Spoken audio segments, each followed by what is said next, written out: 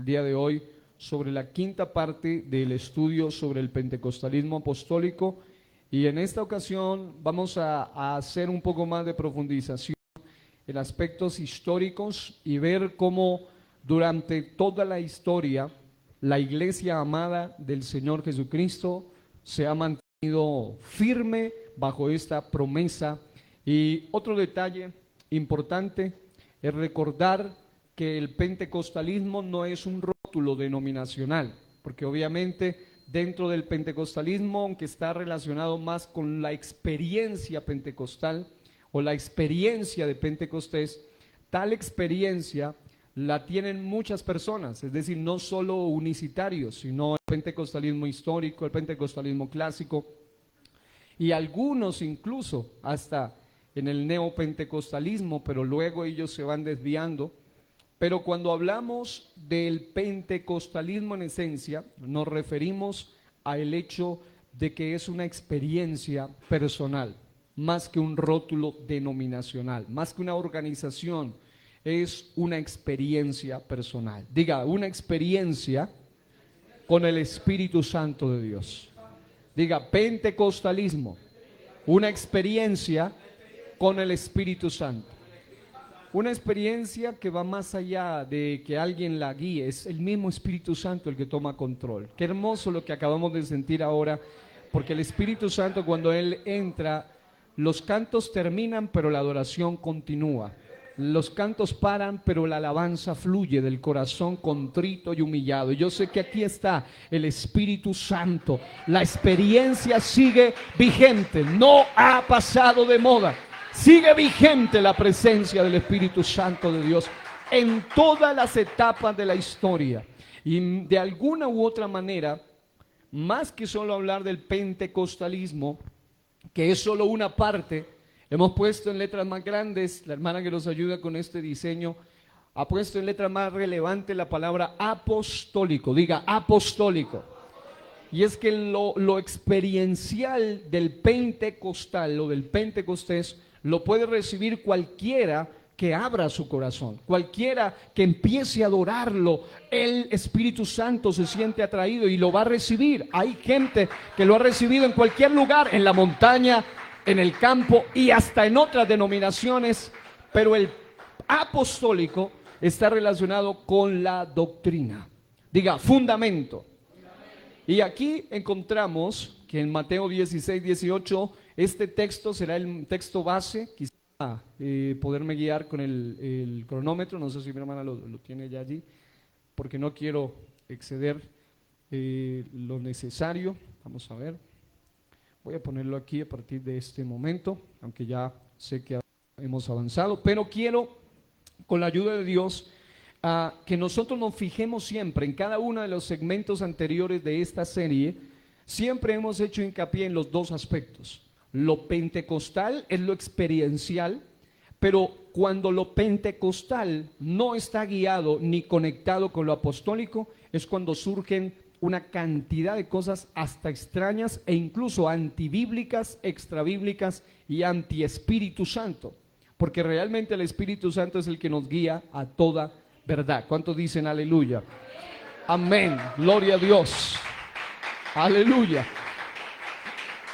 Dice el texto que las puertas, la palabra puertas en la Biblia habla de un lugar de poder, siempre ha representado poder.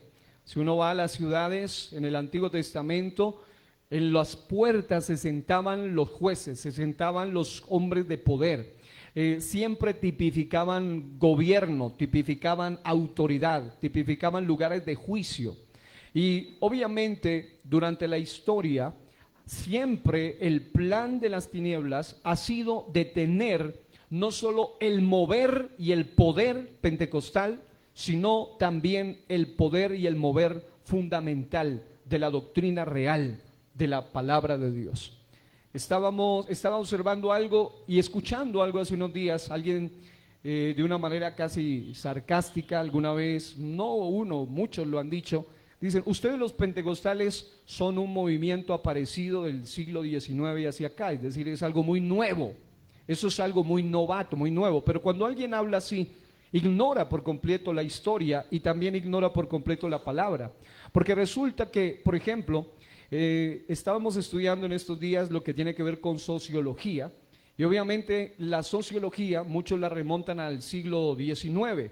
Y resulta que cuando uno ve la ciencia llamada sociología, cualquiera dice, hombre, eso tiene que ver con el siglo XIX, luego de Augusto Comte, luego de Karl Marx, luego de personajes como estos que aportaron el mismo, un hombre llamado Spencer, de apellido Spencer, y otros personajes más que son muy ideologizados. La mayoría de ellos incluso tienen ideologías agnósticas, ateas, promotores de lo que es el socialismo, el comunismo, y cualquiera diría, pues sí, es un movimiento más bien nuevo, pero cuando uno estudia eso, a eso se le llama solo el socialismo científico, y eso surge, claro, en el siglo XIX como tal, pero cuando uno hace un estudio histórico más avanzado, uno termina dándose cuenta que las raíces de esto no comienzan en el siglo XIX con estos personajes, sino que tienen una trascendencia, personajes anteriores como Maquiavelo, Nicolás Maquiavelo, o personajes como el mismo John Locke, o personajes incluso de un cierto tinte protestante como Juan Jacobo Rousseau, y otros personajes aportaban ciertas ideas a lo que era el pensamiento social, pero cuando uno hace un rastreo termina yendo incluso hacia la época de Platón y dándose cuenta cómo ellos, a través de su concepto de la república, en el caso de él, tenía las bases de esta doctrina, que hoy en día se ha convertido en una doctrina como tal, una ciencia.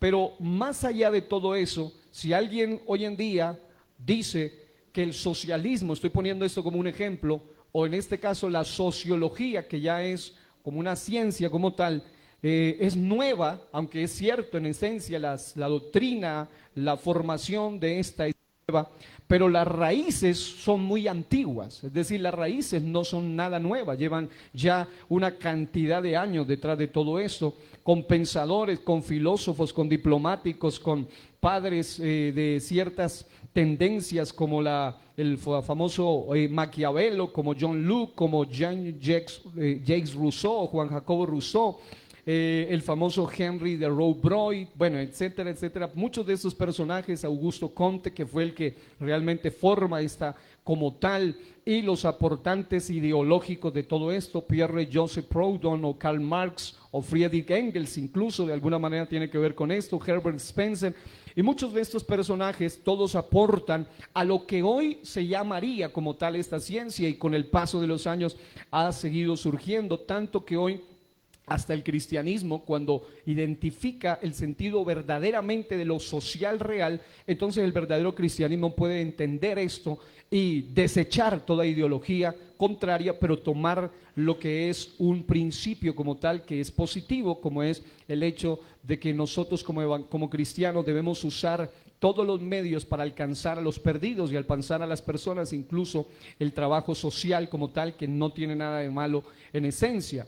Pero lo que quiero decir con esto es que de la misma forma que alguien que no ha estudiado por lo menos un poquito de este aspecto de la sociología puede de alguna u otra manera decir esto es algo muy nuevo, de la misma forma ocurre con el hecho de analizar el pentecostalismo. Muchos de manera sarcástica, de manera irónica, dicen ustedes son los aparecidos del siglo XIX, los aparecidos de los últimos años, pero cuando uno va no solo a la Biblia, sino a la historia, uno va a encontrar que esta palabra que dice, edificaré mi iglesia, y esa su iglesia, más que un rótulo, iba a tener una experiencia que la iba a identificar, pero una doctrina que era el fundamento, y el fundamento de esa iglesia es el que aparece en Efesios 2:20 cuando dice, edificado sobre el fundamento de apóstoles y profetas, siendo la principal piedra del ángulo Jesucristo mismo. Todo apunta a Jesucristo mismo. Alabado sea el nombre del Señor Jesús. Ahora, en ese orden de ideas me propongo, aunque ya varias de las cosas las he ido mencionando básicamente en mensajes anteriores, pero en este mensaje a las alturas de esta serie, quiero hablarle de algo que en el pasado se tituló Lo maravilloso del Evangelio. Hoy hace parte ya de esta serie que se llama el Pentecostalismo Apostólico, porque vamos de alguna u otra manera a enfocarnos desde esa perspectiva. Lo maravilloso del verdadero mensaje basado en el Pentecostés y la experiencia de aquel gran día en que nació la iglesia, como también el que está basado en la doctrina de apóstoles y profetas, siendo la principal piedra del ángulo Jesucristo mismo.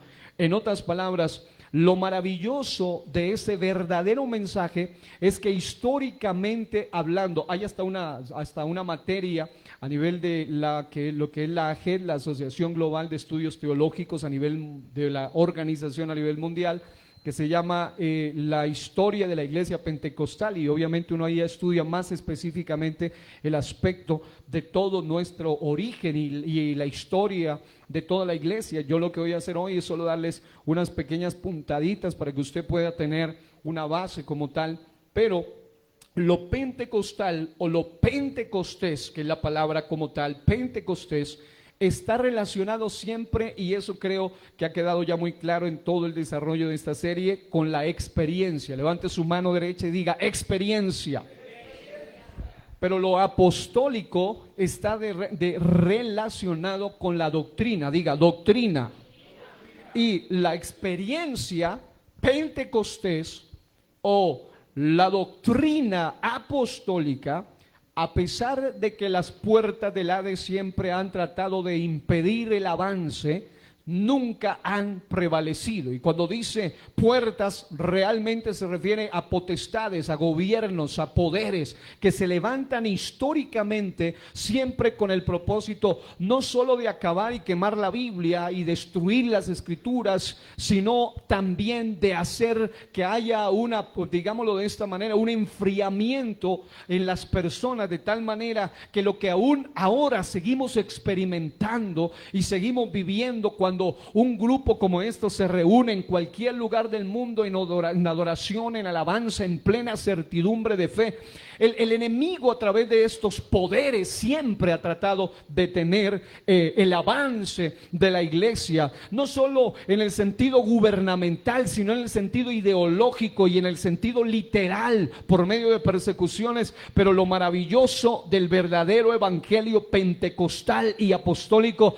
es que se levantó hasta el imperio romano, pero el imperio romano terminó y la iglesia continúa. Se han levantado persecutores por todos lados, ellos han terminado, pero la iglesia continúa, porque las puertas del Hades no prevalecerán contra la verdadera iglesia del Señor. ¿Cuántos aplauden la gloria de Dios? Aleluya. Y hay una poderosa escritura que aparece en 2 Corintios capítulo 4, versículos del 3 al 6, que es uno de los pasajes que me ha impactado poderosa, profundamente en la Biblia. Dice 2 Corintios capítulo 4, versículos del 3 al 6, de la siguiente manera: pero si nuestro evangelio está aún encubierto, entre los que se pierden está encubierto, en los cuales, en D minúscula, dice el Dios de este siglo. La palabra siglo viene de un sistema, en este caso, cegó el entendimiento de los incrédulos. Por eso es que tanto para la experiencia pentecostal como para la doctrina apostólica se requiere fe. Diga, se requiere fe. Por eso es que hay gente que aun cuando esté en medio de gente que tenga la experiencia, ellos no sienten nada, porque hay una sombrilla que es la duda, hay algo que los tiene cegados y no pueden experimentar lo que otros fácilmente pueden experimentar. Diga, se requiere fe.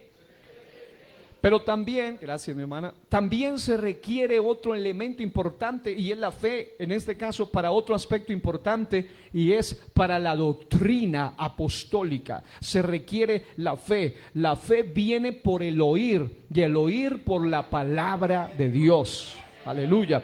Por eso el texto dice que este evangelio, ¿cuál evangelio? El evangelio completo, El evangelio que no solo te habla de una experiencia de lo sobrenatural, sino de una doctrina fundamental. La experiencia te lleva a tener empoderamiento, pero la doctrina te lleva a tener certeza, seguridad y te lleva a la misma salvación. Ahora, mire esto. Segundo de los Corintios, capítulo 4, versículo 4 dice: en los cuales el Dios, con D minúscula, de este siglo, cegó el entendimiento de los incrédulos, para que no les resplandezca la luz del evangelio de la gloria de Cristo. Alabado sea el Señor. Por eso es que si lo aplicamos a esto, cuando nosotros recibimos la experiencia del bautismo del Espíritu Santo, no es otro que el mismo Espíritu de Cristo en nosotros. Por eso dice: el que no tiene el Espíritu de Cristo no es de Él. Porque no es otro, no es una segunda ni una tercera, es el mismo Espíritu, el mismo Dios, el mismo Señor que prometió que estaría con nosotros todos los días hasta el fin del mundo por medio del poder de su Espíritu Santo. Él dice: donde hayan 2 o 3 congregados, unidos en unidad, en armonía y ciertamente en fe, dice: ahí estoy yo en medio de ellos. Alabado sea Dios. Pero también habla de la gloria de Cristo. Y en este caso, nada más hermoso que el fundamento de Cristo. Parte de esa gloria no solamente tiene que ver con su magnificación, su resurrección, su deidad, su divinidad, sino todo lo que emana de Él y está relacionado con su doctrina, con su fundamento, el cual es la imagen de Dios. Porque no nos predicamos a nosotros mismos, dice, sino a Jesucristo como ¿qué? Como Señor. Diga: como Señor. Y a nosotros como vuestros siervos por amor de Jesús. Obviamente ese mensaje, es decir, la experiencia puede resultar fastidiosa para muchos. La experiencia pentecostal puede sonar hasta locura o ebriedad para muchos. Pero la doctrina puede sonar mucho más ofensiva todavía. Porque eso que dice Pablo de que es como Señor, recuerde que en aquella época, Pablo mismo, y ahora les voy a dar la fecha en que él muere, bajo Nerón, bajo un emperador, muere digamos, como un mártir, Hay algo tremendo, es que decir Señor, hoy día todo el mundo dice: sí, Jesús es el Señor, no pasa más de ahí. Pero resulta que en la época, decir que alguien más era su Señor era decir que el César no era el Señor. Y decir que el César no era el Señor significaba que usted era un rebelde en la época y era condenado a muerte todo el que proclamaba a otro que no sea el César, porque estos descarados y a la vez abusadores, tiranos de esa época, ellos creían ser el Señor. Y el Señor significa literalmente un ser prácticamente celestial, un Dios en la época. Y que alguien venga a decir eso, por eso el Señor Jesucristo mismo les dio un mensaje tremendo cuando Él dice: al César, César, a Dios lo de Dios. Algo que ellos no habían escuchado hasta el momento. No solamente el término de los tributos, sino el hecho de que Él estaba declarando claramente que el César podía ser muy César, pero Dios seguía siendo Dios. Y eso era lo que ellos pudieron entender. Por eso, es más, no pudieron entender, porque Jesús, cuando se ponían a preguntarle a Él, ellos, los que no tenían revelación, terminaban diciendo: ¿y qué será lo que nos quiso decir? Porque estaban hablando con el sabio de los sabios. Y ellos querían comprometerlos. Y Él decía: no le den a César. Fácil, lo podían matar y apresar. Y si Él decía: denle a César, reconoció. Pero Él les dice algo que ellos no se esperaban. Luego dice: como Señor, y a nosotros como vuestros siervos por amor de Jesús, porque Dios que mandó que de las tinieblas resplandeciese la luz. ¿A cuántos nos resplandeció la luz? Dice: es el que resplandeció en nuestros corazones para iluminación del conocimiento de la gloria de Dios en la faz de Jesucristo. Alabado sea el Señor. Ahora, esa iglesia contra las cuales las puertas de los imperios, de las ideologías, de los gobiernos perversos, de la maldad en toda la historia que ha tratado de oponerse, nunca ha prevalecido ni prevalecerá. Ahora, el principio del evangelio del nombre de Jesús, es decir, el que presenta a Jesús como el centro de la doctrina, aparece en Marcos capítulo 1, versículo 1, cuando dice: principio del evangelio de Jesucristo, diga, de Jesucristo, Hijo de Dios, hablando de su deidad. Principio del evangelio de Jesucristo, Hijo de Dios. Diga, el evangelio de Jesucristo. En otras palabras, desde el ministerio público de Jesucristo, aproximadamente año 29 después de Cristo, hasta su ascensión, año 33 y medio después de Cristo, su campo de acción tiene que ver con Palestina antigua, claro que sí, Galilea, Judea, Samaria, Decápolis, Perea y algunos sectores aledaños. Hechos capítulo 1, versículo 8 y Hechos capítulo 8, versículos 1 y 2 son claves porque el mandato luego de su resurrección, es decir, luego de su trabajo público de expansión del evangelio del reino, Él les deja un mandato muy categórico: comiencen aquí en Jerusalén, vayan hacia Judea, luego hacia Samaria, pero no se queden allí hasta lo último de la tierra. Y luego en Hechos 8, 1 al 2, porque sabemos que para muchos leer algunos pasajes como el que voy a leer en un momento suena bonito. Hechos 2, 42 hasta el 46 suena hermoso. Oh, vendían todo, no ayudaban a los necesitados. Y de allí los que leen eso con una ideología, de allí dicen que la iglesia primitiva era comunista y socialista, algo tan alejado aberrantemente de la verdad. Y ellos dicen, no, ellos eran comunistas, eran socialistas, pero resulta que el comunismo y el socialismo es el gobierno imponiéndote a ti a repartir tus bienes, pero aquí no era ningún gobierno imponiendo a nadie, sino el don del Espíritu Santo de Dios, que había puesto el querer como el hacer por su buena voluntad. La idea socialista es diabólica desde el principio hasta el fin, empezando porque surge primordialmente de ateos que aborrecían el cristianismo.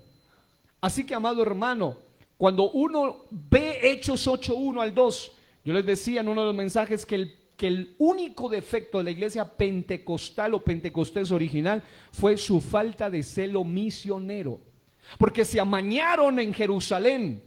Les pareció bonito estar en Jerusalén, pero Él les decía: yo a ustedes no los llamé para que se queden en Jerusalén. Pasaron años y seguían plantados en Jerusalén. Así que Dios permite en su soberanía y a la vez providencia que hace que las cosas se den, permite una persecución.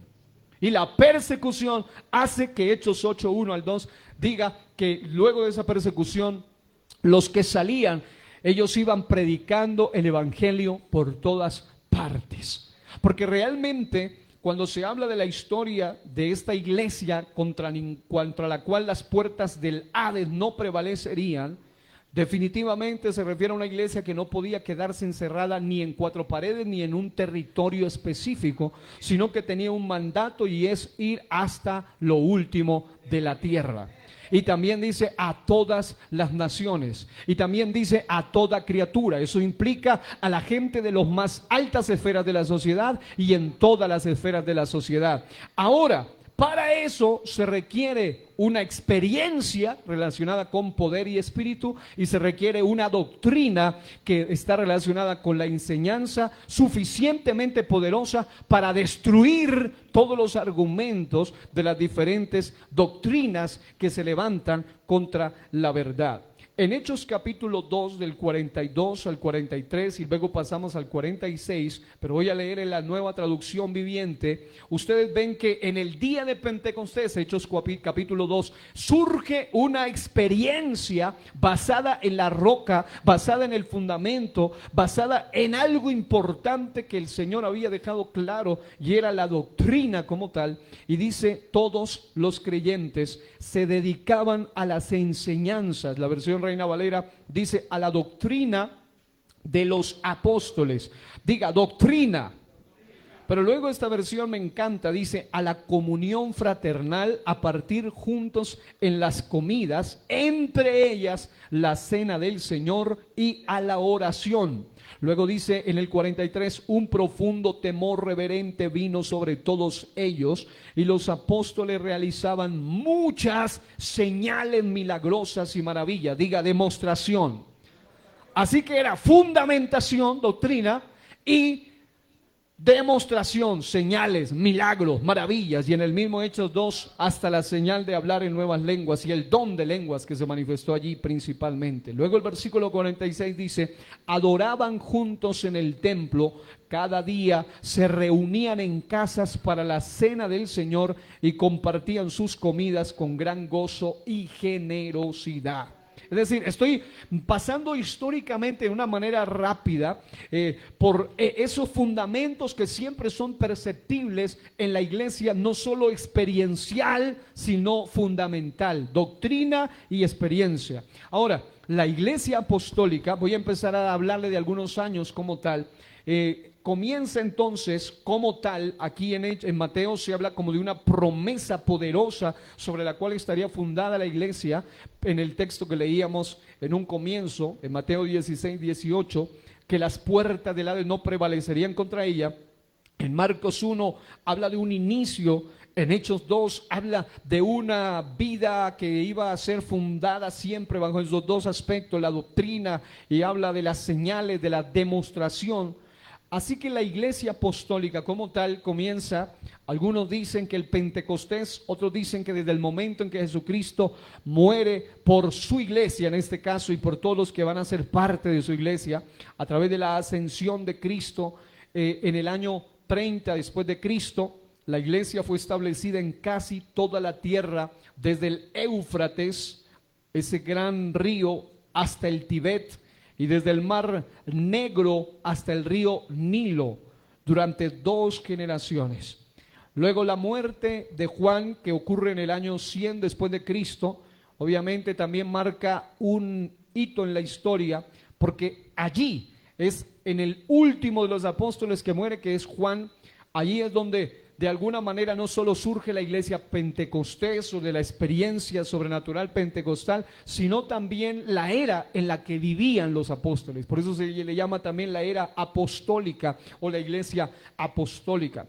Por otro lado, habíamos hablado que la iglesia pentecostal o pentecostés, de la ascensión de Cristo, año 30 después de Cristo, hasta la predicación de Esteban, año 35 después de Cristo. La iglesia en expansión tiene que ver con el año 35 después de Cristo hasta el año 50 después de Cristo. Es decir, desde la predicación de Esteban hasta el año 30, que es en el año también 35 después de Cristo, hasta el concilio de Jerusalén, que es el año 48 después de Cristo. Eso lo encuentra usted toda la historia de la iglesia allí en el libro de los Hechos, donde se da el primer gran importante concilio en Jerusalén. Ahora, a partir de ahora, quiero hacer como una especie de paréntesis donde le voy a leer de un libro que se llama Historia de Pentecostés por Ralph Vincent Reynolds, escritor, y voy a leerle algunos fragmentos de la página 8 hasta la 11 de un libro maravilloso que se llama Historia de Pentecostés.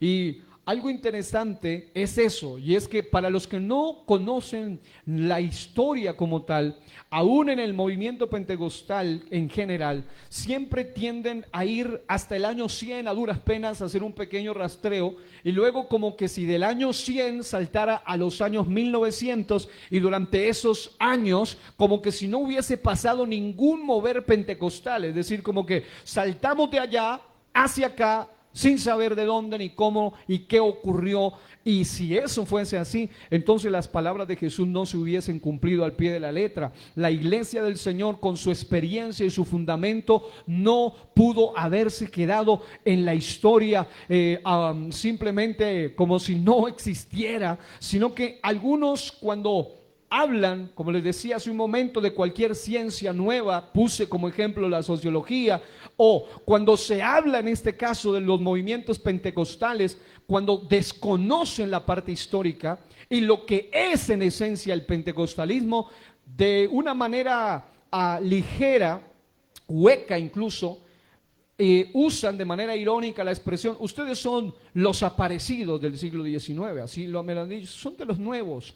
Pero cuando uno dice, no, ignorancia absoluta, no saben ni siquiera algo de historia para poder decir esto. Así que más allá de hablar de Topeka, Kansas, más allá de hablar de la calle Azusa y más allá de hablar de todo eso, voy a mencionarle hoy algunos otros aspectos que no le había mencionado, que bien resume también este autor Ralph Vincent Reynolds en su libro Historia de Pentecostés. Por ejemplo, luego de la muerte de los apóstoles, el último apóstol llamado Juan, aparece en escena, por allí voy a tomar algunos aspectos rápidos, en el siglo II, un hombre llamado Ireneo, que vivió y escribió lo siguiente: oímos a muchos hermanos en la iglesia teniendo dones proféticos y hablando en varios tipos de idiomas por medio del Espíritu. Él era discípulo de Policarpo, que a su vez era discípulo del apóstol Juan. En otras palabras, solo por tomar algunos aspectos, en esa época, ya en el siglo II, ya después de la muerte de los apóstoles, ya muchos años después del nacimiento de la iglesia, la experiencia pentecostal seguía más vigente que nunca. Segundo, habla de otro personaje llamado Tertuliano, también que vivió en el siglo II. Él dejó el registro de que los dones espirituales, incluido el hablar en lenguas, estaban manifestados en las iglesias de su época histórica. Tercero, Justino Mártir, un hombre que vivió en el siglo II también. Él escribió que los dones espirituales estaban activos en la iglesia. En cuarto lugar, Crisóstomo vivió en la parte final del siglo IV y parte inicial del siglo V. Él escribió: quien fuera bautizado en los días apostólicos inmediatamente hablaba en lenguas. Y dice: y uno inmediatamente hablaba en lengua persa, otro en la romana, otro en alguna otra lengua. Está hablando del lenguas, el don de lengua. Ya hablamos de eso más adelante. Número 5, Agustino vivió en el siglo IV.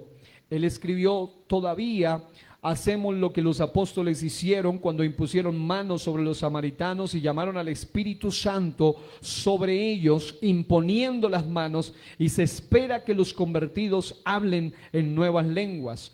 Número 6, la Enciclopedia Británica declara que la glosolalia, que es el hablar en lenguas, se repite en avivamientos cristianos de todas las edades. Por ejemplo, entre los frailes mendicantes del siglo VIII, entre los jansenistas y los primeros cuáqueros, los conversos de Wesley y Whitefield, los protestantes perseguidos de Cevenes y los irvinginitas, volumen 27, páginas 9, 10 y 11ª edición.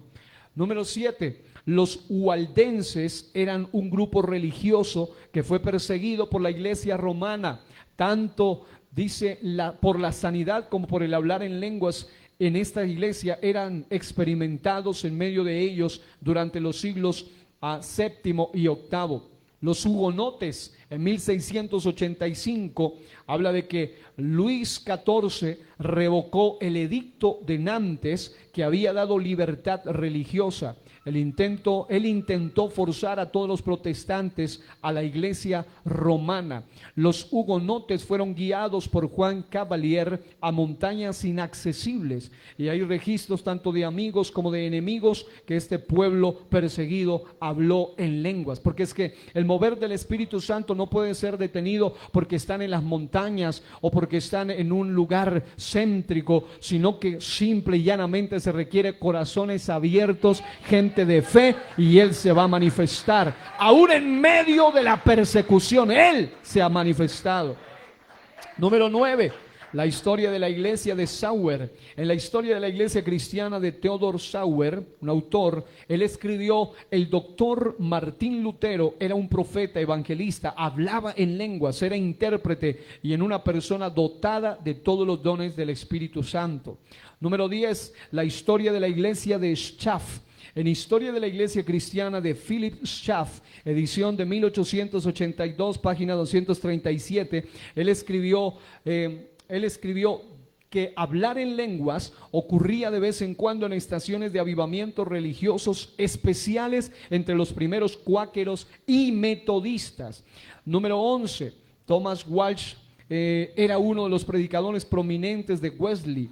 Él escribió en su diario del 8 de marzo de 1750 hermosas palabras de su diario. Ojalá usted tenga su diario, su registro. Hay gente que uno le pregunta cuánto fue bautizado y ni se acuerda. Y cuándo recibió el bautismo del Espíritu Santo, menos. Pero hombres como este me llaman la atención. Él escribe en su diario el 8 de marzo de 1750: esta mañana el Señor me dio un lenguaje que yo no conocía, levantando mi alma a Él en una manera maravillosa. Alabado sea el nombre del Señor. El Pentecostés ha estado vigente en todas las épocas de la historia. La gente que vuelve a los hechos es la gente que va a volver a la experiencia Pentecostés, pero el mismo Espíritu lo lleva a la doctrina apostólica.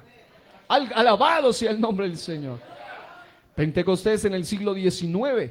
Ya en el siglo XIX habla de Edward Irving, que fue un fuerte ministro escocés, un predicador elocuente, erudito, pastoreó en Londres y llegó a ser bastante famoso. En Escocia vivían dos hermanos gemelos, James y George MacDonald. Su hermana yacía en la cama en un estado moribundo. Ella oró que James fuese dotado con el poder del Espíritu Santo. En 1830 James fue llenado con el poder del Espíritu Santo y mandó a su hermana que se levantara de la cama.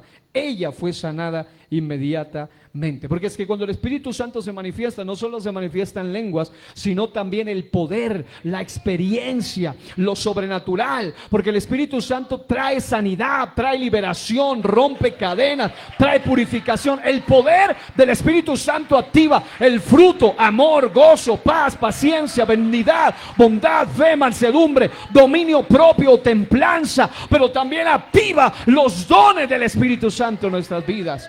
Él es el máximo don que Dios nos ha dado, y a través de Él vienen los dones de fe, ciencia, sabiduría, milagros, sanidades, hablar en lenguas, diversos géneros de lenguas, interpretación de lenguas, todo lo que está relacionado, incluida la profecía, el discernimiento de espíritus y todo lo que estaremos hablando con detalle en otra serie que vamos a comenzar, si Dios nos da vida, el domingo, que se llama Neumatología, la doctrina del Espíritu Santo. Y así me podría demorar aquí contándole esa historia. Luego el avivamiento del siglo XIX, que los que prepararon el camino para el avivamiento pentecostal los estaré narrando en el último mensaje de esta serie. Pero algo que me llama a mí la atención es que ahora como tal nos vamos a enfocar, y obviamente lo haremos de manera breve, nos enfocaremos en cómo Dios ha mantenido su iglesia firme y a flote, no solo en su experiencia pentecostés o pentecostal, como lo estábamos mirando ahora, sino también en su fe y su doctrina apostólica, pese a las grandes oposiciones de todos los tiempos. Nos habíamos quedado en el hecho de que la iglesia en su primer siglo, mientras vivían los apóstoles, era una doctrina apostólica, una experiencia pentecostal constante, pero también hay que entender que el evangelio en la época apostólica, algunos lo catalogan desde el concilio en Jerusalén, año 48, año 50 después de Cristo, hasta el martirio de Pablo, año 67 a 68 después de Cristo, cuando Pablo muere como mártir. El campo de acción de esta iglesia fue todo el imperio romano y algunos lugares de sus fronteras al este, o sea, al oriente. Algo que me llama a mí la atención con esto es que el evangelio en esa época era experiencial, era doctrinal, era práctico, era demostrativo, pero era fundamental. También, obviamente, la doctrina que se predicaba podría resultar ofensiva para otros, ofensiva para algunos, pero esperanzadora para otros. Y algo que me llama a mí la atención es que en esa época de tanta persecución, en esa época de tanta influencia demoníaca, a través también de algunos emperadores bastante siniestros, como el hombre que se convirtió intelectualmente en el asesino de los dos más reconocidos apóstoles, Pedro y Pablo, este personaje llamado Nerón. Pero no importa cuántos mártires por causa del evangelio llegaban a ser mártires, desde Esteban hasta Pablo, hasta todos los demás apóstoles, el mismo Jacobo, los mismos apóstoles. Pero lo importante es que la profecía y a la vez la promesa que decía que las puertas del Hades no prevalecerían contra esta iglesia, seguía tan vigente que no importaba si se moría Pablo o se moría Pedro, la iglesia proseguía, porque la base de esta iglesia no dependen de hombre alguno. En cada época histórica Dios va a levantar hombres de renombre, hombres que estarán dispuestos, pero se mueren ellos y la iglesia sigue. ¿Por qué? Porque el dueño de la iglesia sigue vivo. Él no está muerto, Él está vivo. Alguien puede darle gloria a Dios. Amén. Hay poder en el nombre de Jesús. Así que sus dignatarios, sus ministros, sus representantes mueren por enfermedad, por persecución, como mártires, etcétera. Pero su iglesia sigue vigente. Y alguien dice: se murió Pablo, se murió Pedro, mataron a Esteban, mataron a Jacobo. No importa, en todas las épocas Dios levanta hombres y mujeres llenos del Espíritu y fundamentados en la roca y fundamentados en la doctrina, que no van a temer para seguir predicando el verdadero mensaje de la iglesia apostólica. Alabado sea el nombre del Señor. Luego el evangelio durante las persecuciones, desde la muerte de Juan el teólogo en el año 100 después de Cristo hasta el edicto de Constantino, el famoso edicto de Milán, año 313 después de Cristo. El campo de acción fue todo el imperio romano, aún más allá de las persecuciones. Es decir, aun cuando había algunos perseguidores, cada uno de ellos tuviésemos que estudiarlo de manera personal, y usted quedaría abismado, sorprendido al escuchar cómo esta gente perseguía, algunos con mentiras. Se dice que una de las primeras persecuciones allí antes de la época del año 70 después de Cristo, cuando ya vienen a destruir como tal al templo y todo lo demás a través de Tito Vespasiano, una de las cosas que me llama la atención es que muchas de las formas como mataron a nuestros hermanos no solo era porque predicaban el evangelio y porque predicaban a Cristo y porque tenían experiencias que para el mundo eran locura y les parecía raro, y porque hacían todo contrario a lo que el establishment, lo que la gente había establecido, sino que muchos de ellos murieron por falsas acusaciones. Se habla de que uno de ellos mandó a quemar un lugar importante en un territorio y le echó la culpa a los cristianos, y solo por una mentira masacraron a muchos cristianos. Siempre un imperio tirano usa la mentira. Lo mismo que pasó con Hitler, le echó la culpa de la ruina supuestamente a ellos, a los judíos, y luego todo el mundo se volcó contra los judíos, y en cada territorio ha ocurrido algo similar. No ha sido la excepción con el cristianismo. El imperio romano ha tenido perseguidores de alto renombre. Algunos de los emperadores les llamaban los 5 buenos, porque ellos trataron de no meterse en asuntos religiosos, pero siempre aparecía un hijo del diablo detrás de todo esto. Es como Trajano, como Antonio Pío, como Marco Aurelio, como Septimio Severo, como Decio, como Valeriano, como Diocleciano, entre otros. Algunos de esos nombres nos hablan de su maldad. Por ejemplo, Septimio Severo y otros demás eran perversos. Pero, amado hermano, la verdadera iglesia con experiencia sobrenatural y con doctrina fundamental, aun cuando se han levantado hombres tan siniestros como Nerón y otros, la iglesia no le doblega rodillas al sistema. La iglesia no le corre, la iglesia no calla, la iglesia persevera, la iglesia continúa. Y la mentalidad de ellos, de estos siniestros, era exterminar el evangelio y a todos sus seguidores en total. La meta de ellos era quemar todo lo que tenga que ver con códices, todo lo que tenga que ver con Biblia, todo lo que tenga que ver con el texto sacro para los cristianos, porque decían: es fácil acabar con estos miserables, les acabamos su libro de texto, le matamos a sus líderes y esto se acaba. Pero, amado hermano, lo que es de Cristo no puede ser detenido. No importa cuántas las tinieblas se levanten, Cristo dijo: las puertas del Hades no prevalecerán contra mi iglesia. El plan de ellos Era derribar todos los lugares de adoración de los cristianos, era masacrar a los cristianos, era llevar a los cautivos, era realizar un sinnúmero de barbaries contra los creyentes, a ver si así paraban de tener experiencia y de seguir predicando su doctrina. Pero amado hermano, el verdadero hijo de Dios, cuanto más se incrementa la persecución, el verdadero hijo de Dios se doblega delante del Todopoderoso y recibe más unción y recibe autoridad para seguir con denuedo predicando el evangelio.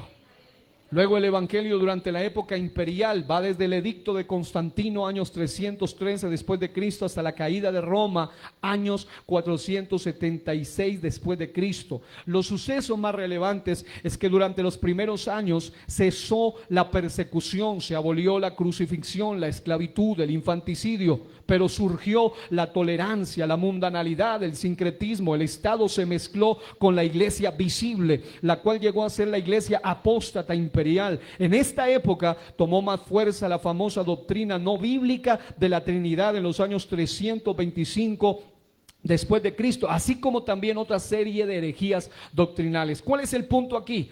Ya que el enemigo sabe que la verdadera iglesia con experiencia pentecostés y con fundamento apostólico, aun cuando traten de matarle a sus dirigentes y quitarle su libro de texto, hay algo más poderoso que está detrás de todo esto, y la iglesia permanece, y se dieron cuenta, estos cuanto más los oprimen, le pasaba lo de los hebreos, más las oprimían, más se multiplicaban.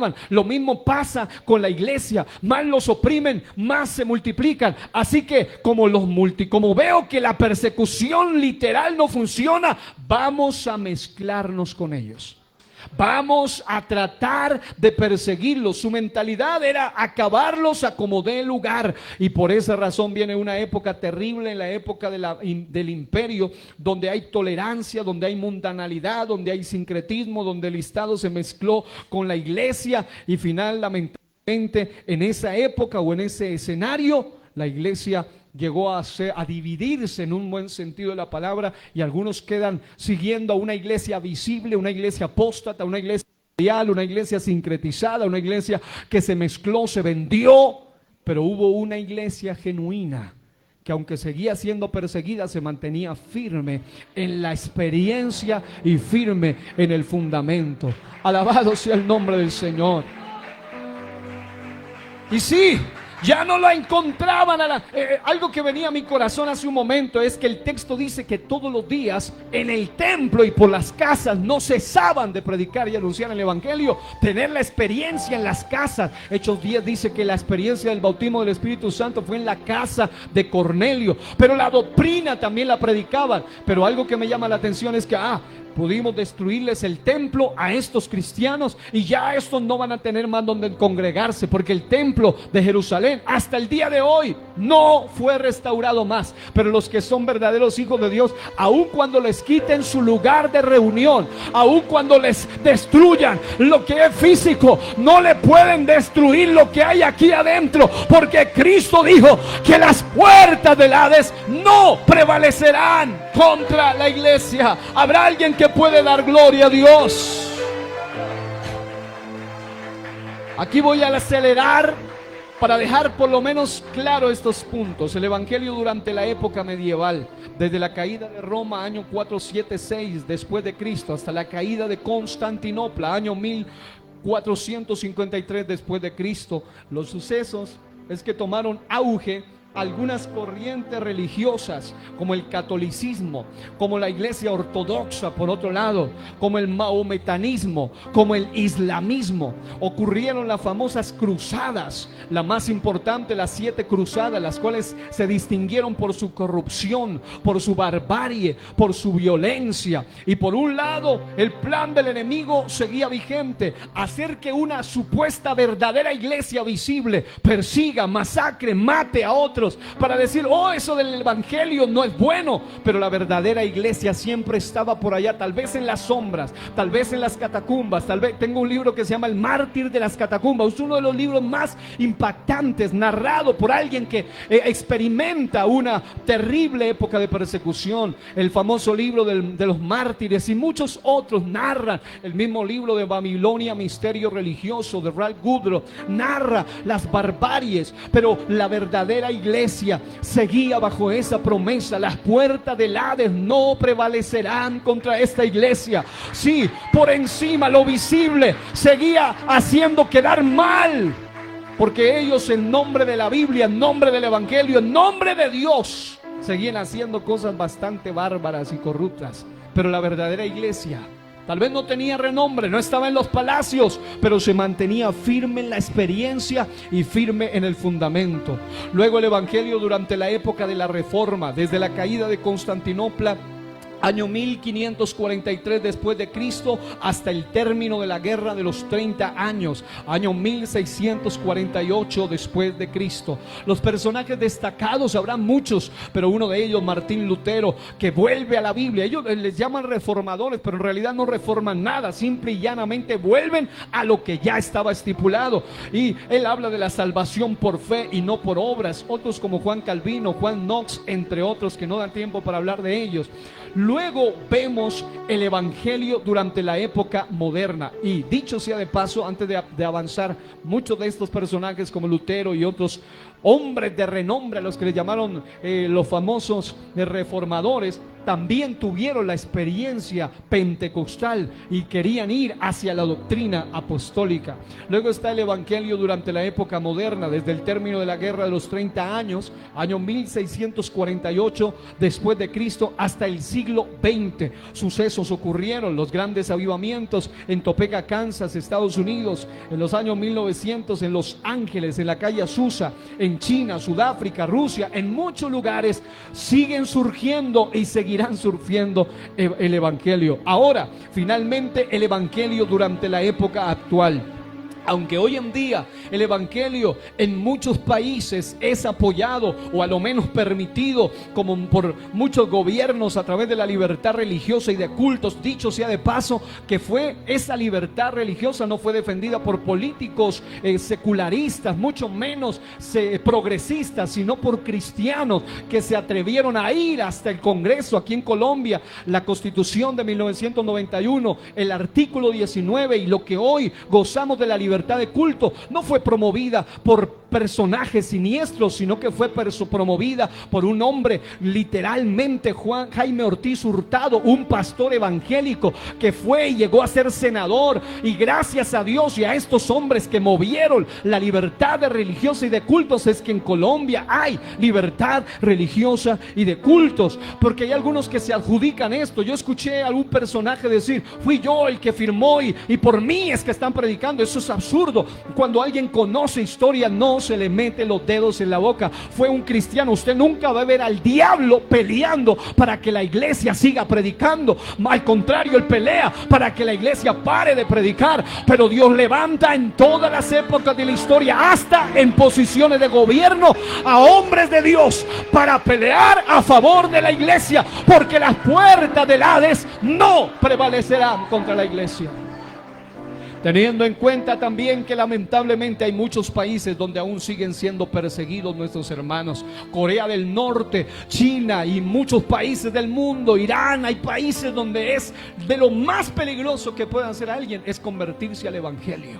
Aquí más de uno sufre porque, no quiero ser malentendido, pero sufre porque sus familiares no se han convertido al evangelio, pero siguen durmiendo con ellos, viviendo con ellos. Pero hay países en el mundo donde, si usted se renuncia al Islam radical y alguna secta de esa, religión de esa, por volverse cristiano, lo primero que pasa es que lo echan de la familia. Y usted ya nunca más puede volver a ver ni a su hijo, ni a su esposo, ni a su esposa. Hoy en día por lo menos usted duerme con ellos, vive con ellos, pelea con ellos, pero vive con ellos.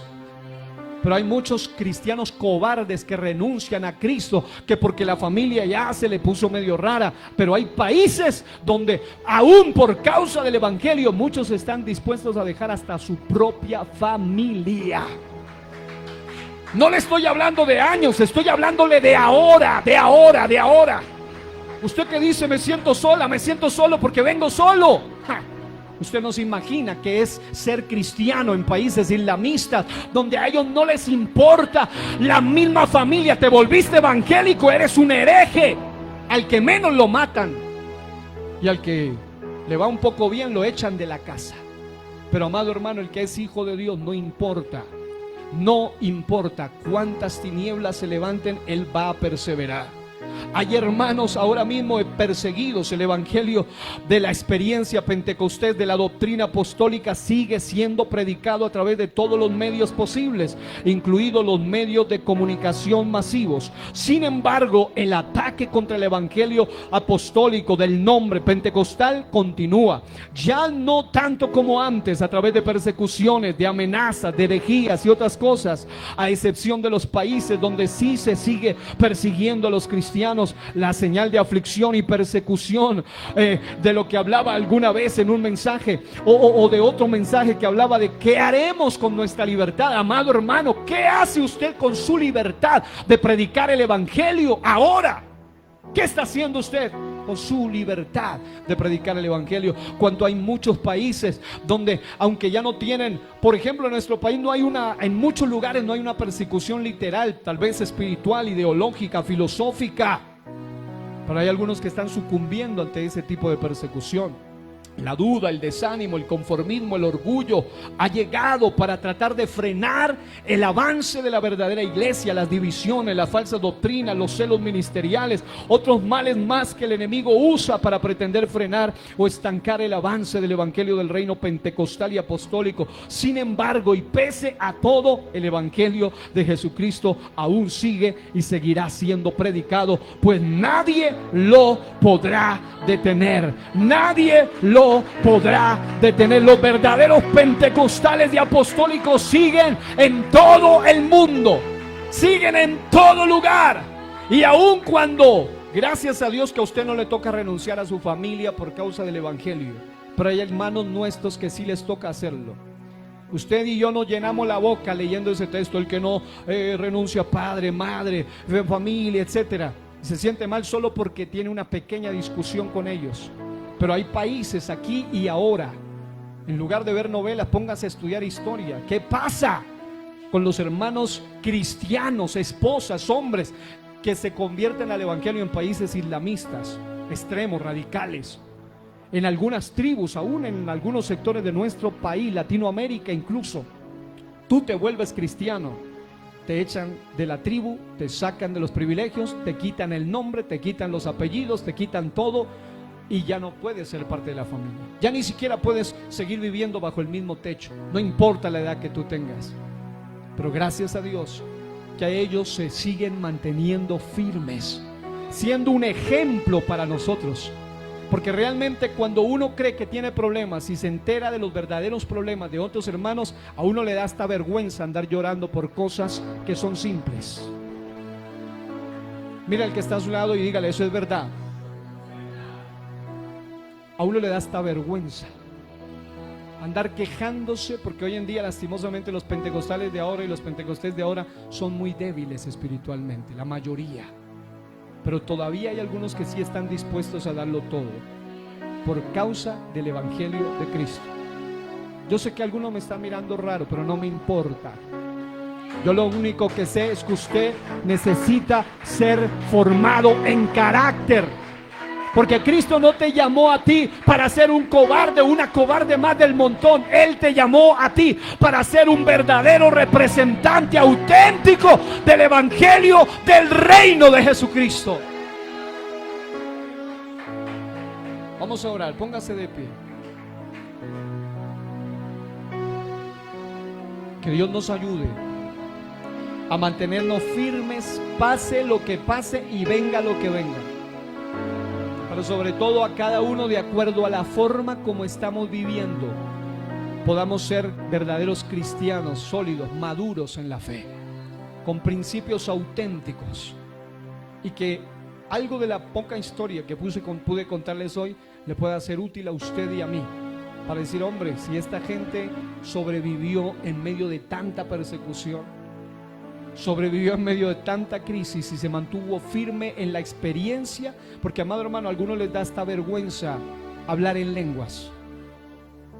Y eso que nadie, lo máximo que harán es burlarse de ti, en tu cara, pero les da vergüenza la experiencia, mucho menos la doctrina apostólica. Porque tu doctrina, la verdadera doctrina apostólica, en muchos de los temas va a ser ofensivo. Pero lastimosamente la mayoría de cristianos hoy solo quieren predicar un mensaje light, un mensaje que relaje a la sociedad, que le guste a la gente. Pero, amado hermano, si tú y yo fuimos llamados en este tiempo a ser portavoces del verdadero evangelio pentecostal y apostólico, debemos estar dispuestos a las dos cosas: a predicarlo y a vivirlo, a defenderlo y a demostrarlo. ¿Cuántos quieren orar en este momento? Dios y Padre eterno, hoy te doy gracias por darme una vez más la oportunidad, Señor Jesús, de compartir un segmento más de algo que en lo personal se me ha vuelto algo demasiado impactante. Algo demasiado impactante. Saber que hay gente, Señor, que en todas las épocas de la historia se han mantenido firmes en la doctrina, se han mantenido firmes en la experiencia, se han mantenido firmes en el fundamento. Algunos de ellos les tocó dar su propia vida. Algunos de ellos les tocó renunciar hasta a su familia. Algunos de ellos les ha tocado vivir y enfrentar todo tipo de ataques. Y algunos de ellos siguen siendo de alguna manera blanco de ataques en todas las esferas. Desde las escuelas, desde el hogar, desde las casas, desde la familia, en la sociedad. Pero, Señor, te damos gracias porque todavía hay gente que está dispuesta a mantenerse sólida, dispuesta a mantenerse firme en el camino del evangelio, pase lo que pase y venga lo que venga. Señor, sabemos que si fuera por nuestra propia fuerza, hace rato se hubiéramos renunciado. Pero por tu gracia y por tu misericordia estamos aquí. Y te damos gracias por habernos permitido nacer y vivir en un territorio como este. Pero que la tranquilidad del territorio no nos lleve a bajar la guardia. Pero también te pedimos por los hermanos que viven en lugares del mundo donde tienen que renunciar hasta su estatus, hasta su familia. Algunos de ellos van a las cárceles, literalmente son perseguidos, son llevados a las plazas públicas por causa de este evangelio y de esta experiencia, pero se mantienen firmes en el evangelio, porque sea que vivamos o que muramos, del Señor somos, porque tu palabra dice que las puertas de la muerte no prevalecerán contra ella, y muchos de ellos tendrán que morir, pero del otro lado de la muerte tú estás con ellos y los llevas a una experiencia mejor. Pero te pedimos que nos ayudes a mantenernos firmes y sólidos en la fe, en el nombre poderoso de Jesús. Amén, amén. Alabado sea He decidido seguir a Cristo. He decidido seguir a Cristo. El que escribió esa canción le dieron la opción de estar vivo o muerto, pero él decidió seguir a Cristo a pesar de la amenaza de muerte por seguir a Cristo. Hoy la cantamos y decimos: he decidido. Pero él sabía que al otro lado había uno el cual realmente valía la pena. Jesús está ante mí, el mundo atrás quedó. No vuelvo atrás, no vuelvo atrás. Dígalo. He decidido. Sí, Señor, ayúdanos a estar decididos a seguirte de verdad, a seguirte de todo corazón, a Cristo, por encima de la opresión, de la persecución, de las circunstancias y de las situaciones. Vuelvo atrás, no